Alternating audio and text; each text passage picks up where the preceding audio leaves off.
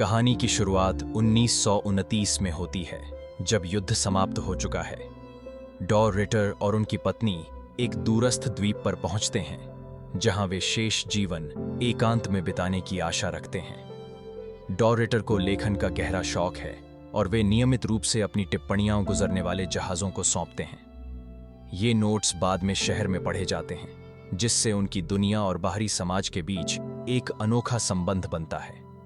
3 साल बाद 1932 में एक नया परिवार द्वीप पर आता है। हाइंज, उनकी पत्नी मार्गरेट और उनका छोटा बेटा। वे यहाँ एक नई जिंदगी शुरू करने की आशा लेकर आए हैं। हालांकि डॉ रिटर इस आगमन से असहज महसूस करते हैं, क्योंकि उन्होंने इस द्वीप को अपना निजी आश्रय मान लिया था। नए परिवार की उपस्थिति से द्वीप का संतुलन बदलने लगता है और डॉ रिटर के मन में अनिश्चितता और बेचैनी घर कर जाती है। हाइंज बताते हैं कि उनके बेटे का स्वास्थ्य शहर में लगातार बिगड़ता जा रहा था, जबकि द्वीप की ताजी हवा उसके लिए लाभकारी सिद्ध हो रही है। डॉ रिटर ने उन्हें द्वीप की कठोर परिस्थितियों के बारे में चेतावनी दी थी, लेकिन इसके बावजूद हाइंज और उनका परिवार वहां रहने के लिए दृढ़ संकल्पित हैं। उनके लिए यह निर्णय केवल एक स्थान परिवर्तन नहीं, बल्कि अपने बेटे के बेहतर भविष्य की आशा से जुड़ा है। परिवार ने चुनौतियों का सामना करने का मन बना लिया है, क्योंकि वे मानते हैं कि द्वीप का वातावरण उनके बेटे के स्वास्थ्य के लिए सबसे उपयुक्त है। डॉक्टर रिटर नए आगंतुकों को एक गुफा दिखाते हैं जहां वे ठहर सकते हैं।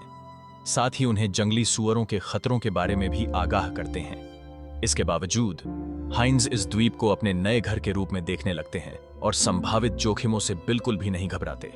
उनके आत्मविश्वास और सकारात्मक दृष्टिकोण से स्पष्ट है कि वे चुनौतियों का सामना करने के लिए तैयार हैं। इस नए वातावरण में प्रत्येक व्यक्ति की सोच और प्रतिक्रिया अलग अलग दिखाई देती है।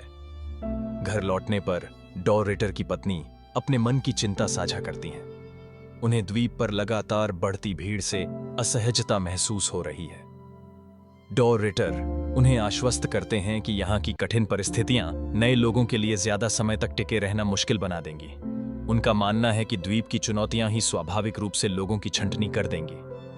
हाइंज ने अपने परिवार के लिए परिस्थितियों के अनुसार खुद को ढालने की ठानी और वर्षा जल एकत्रित करने के लिए एक गड्ढा खोदना शुरू किया।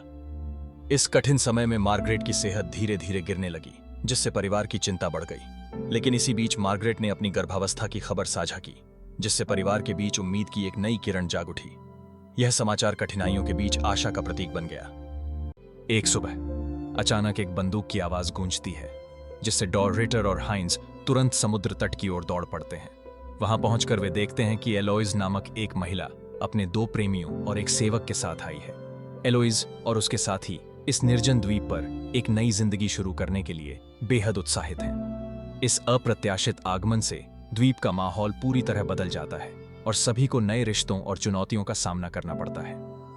एलोइज एक होटल बनाने का सपना देखती है, जिसमें वह इस द्वीप को अमीर पर्यटकों के लिए एक स्वर्ग के रूप में देखती है। अपने विचारों को साझा करने के लिए वह डॉ रिटर से मिलने जाती है और उन्हें द्वीप का असली मालिक बताते हुए उनकी प्रशंसा करती है। हालांकि डॉ रिटर उसके इरादों को लेकर सतर्क रहते हैं और उसे समुद्र तट पर रुकने के खतरों के बारे में आगाह करते हैं। यह मुलाकात दोनों के दृष्टिकोणों में अंतर को उजागर करती है। जहां एक ओर महत्वाकांक्षी योजनाएं हैं, तो दूसरी ओर सतर्कता और अनुभव की चेतावनी भी है। एलोइज और उसके साथी हाइंज के छोटे से घर की ओर बढ़ते हैं। वहां पहुंचकर एलोइज एक गंभीर गलती कर बैठती है। वह उस पानी में स्नान कर लेती है जिसे हाइंज ने अपनी गर्भवती पत्नी के लिए इकट्ठा किया था। इस घटना से माहौल अचानक तनावपूर्ण हो जाता है और हाइंज नाराज होकर एलोइज का सामना करता है। दोनों के बीच संवाद में असहजता और चिंता स्पष्ट रूप से महसूस होती है, जिससे समूह के भीतर भी अस्थिरता पैदा हो जाती है। एलोइज अपनी गलती के लिए माफी मांगती हैं, लेकिन जल्दी ही यह भी बताती हैं कि उनके पास हाइंज और डॉ रिटर के नाम संबोधित पत्र हैं। हाइंज अनिच्छा से, लेकिन मजबूरी में, ये पहले से खुले हुए पत्र डॉ रिटर को सौंप देते हैं। डॉ रिटर को शक होता है कि एलोइज इन पत्रों के जरिए उनके और हाइंज के बीच मतभेद पैदा करने की कोशिश कर रही हैं। इस घटनाक्रम से दोनों के संबंधों में तनाव की शुरुआत हो जाती है। हाइंज ने एलोइज से उसके कार्यों के बारे में सीधा सवाल किया, लेकिन एलोइज ने जिम्मेदारी लेने से बचते हुए सब कुछ गलतफहमी पर टाल दिया।